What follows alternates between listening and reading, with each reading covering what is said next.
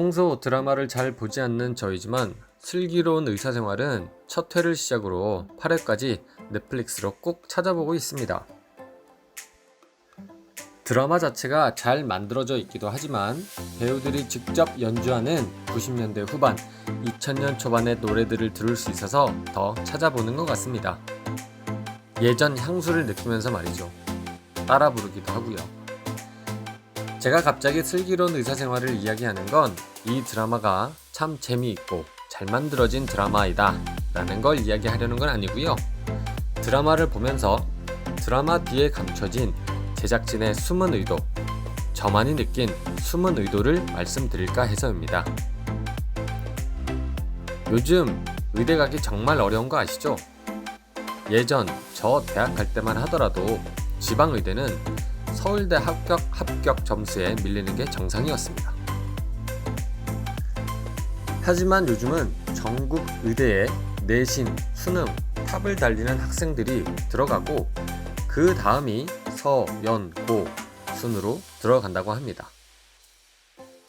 의사들이 돈을 잘 벌기 때문에 이런 현상들이 벌어지겠죠. 돈을 잘 버는 의사들은 무슨 과 의사들일까요? 강남 곳곳에서 볼 수 있는 성형외과, 피부과, 대표적인 의대생들의 선호과입니다.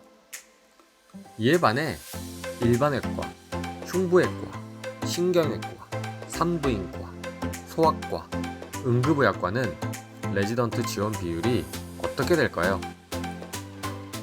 지원하는 레지던트가 없어 곧 수술할 의사가 없어질 지경입니다. 위에 말씀드린 일반외과, 흉부외과, 신경외과, 산부인과, 소아과, 응급의학과 조금 익숙하지 않으신가요? 맞습니다. 슬기로운 의사생활 주인공들의 전공과입니다. 조종석 님입니다. 이익준 역할이고요. 간담체외과 조교수입니다. 간 이식을 전공으로 하고 있습니다. 우리나라 간 이식 성공률이 세계 최고인 거 알고 계신가요? 간 이식에서만큼은 전 세계 탑 오브 탑 실력을 보유하고 있는 국가가 대한민국입니다. 아산병원, 삼성병원, 서울대병원 등등에서 대표적인 간 이식 교수님들이 계시죠.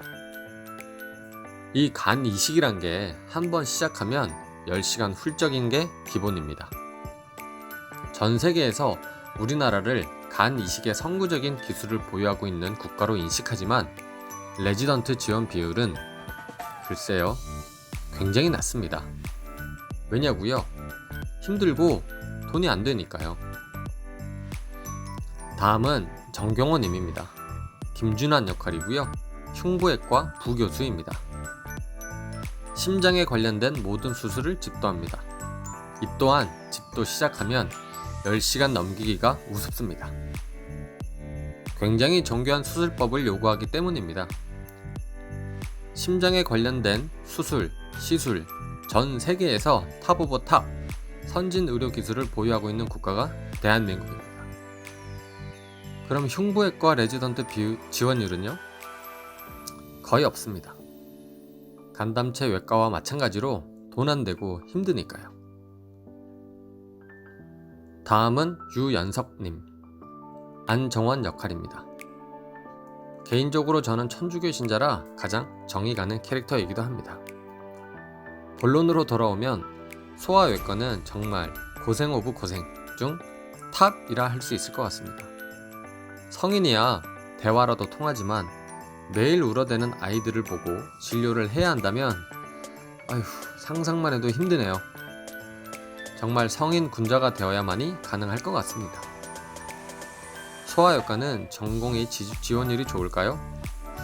예상대로 거의 없습니다. 김대명님, 양석형 역할입니다. 산부인과 교수입니다. 대표적인 전공이 비선호과입니다. 드라마에서 보셔서 아시겠지만 애를 낳는 게 보통 일이 아닙니다. 순간순간 위험한 위기도 많고요. 산모나 아이가 잘못되기라도 한다면 엄청난 비난을 감수해야 합니다.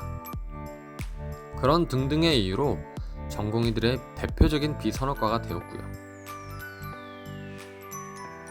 다음으로 전미도님, 최성화 역할입니다. 신경외과 교수입니다. 수술 난이도에서 거의 탑을 다루는 과이지 않을까 합니다.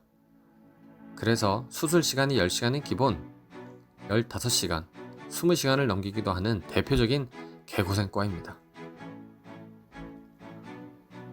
마지막으로 대표적인 전공의 부족 개고생과, 바로 응급의학과입니다.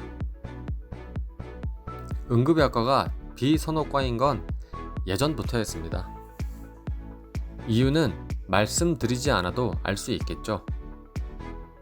수시로 밀려드는 응급 환자, 보호자로부터의 멱살 잡힘, 정말 대표적인 개고생과입니다. 자, 설명은 여기까지고요. 슬기로운 의사생활 제작진들이 왜 이렇게 대표적인 전공의 비선호과를 주인공으로 전면에 내세웠을까요? 코로나로 의료진들이 사투를 벌이고 있는 시점에 딱 들어맞게 드라마가 시작되었습니다. 저는 나름대로 생각해보건대 이 시대에 진정한 의사들의 본보기를 보여주고 싶어서가 아닐까 생각합니다. 요즘 의대생들 예과, 본과를 수련하면 피부과, 안과, 성형외과, 일명 피한성 지원을 선호합니다. 개원이 용이하고 돈벌이가 잘 되기 때문입니다. 우리나라 성형외과 기술도 전세계 탑 오브 탑이라 특히 중국에서 넘어오는 성형외과 환자는 가히 엄청나다 할 수 있습니다. 이러한 이유로 대부분의 의대생들은 피한성을 선호합니다. 일반외과, 흉부외과, 신경외과, 산부인과, 소아과, 응급의학과는 장겨울 선생님을 보면 알 수 있죠. 레지던트가 하나밖에 없다 보니 교수들이 레지던트에게 밥도 사주고 온갖 애교도 부리면서 자기 수술에 들어와 달라고 사정을 합니다. 정말 심각한 상황입니다. 슬기로운 의사생활 주인공들은 대표적인 비선호학과 교수들로서 환자들과의 랍보, 즉 유대관계를 형성하고 같이 가슴 아파하고 수술 집도하고 하면서 갖은 고생을 합니다. 바로 이런 사람들이 진정한 이 시대의 의사다라는 걸 보여주기 위해 이 드라마가 제작되지 않았나 하는 개인적인 생각을 해봅니다. 앞으로 9화에서 12화 굉장히 기대가 많이 됩니다. 가슴이 따뜻해지는 그런 결말이 이루어졌으면 합니다. 감사합니다.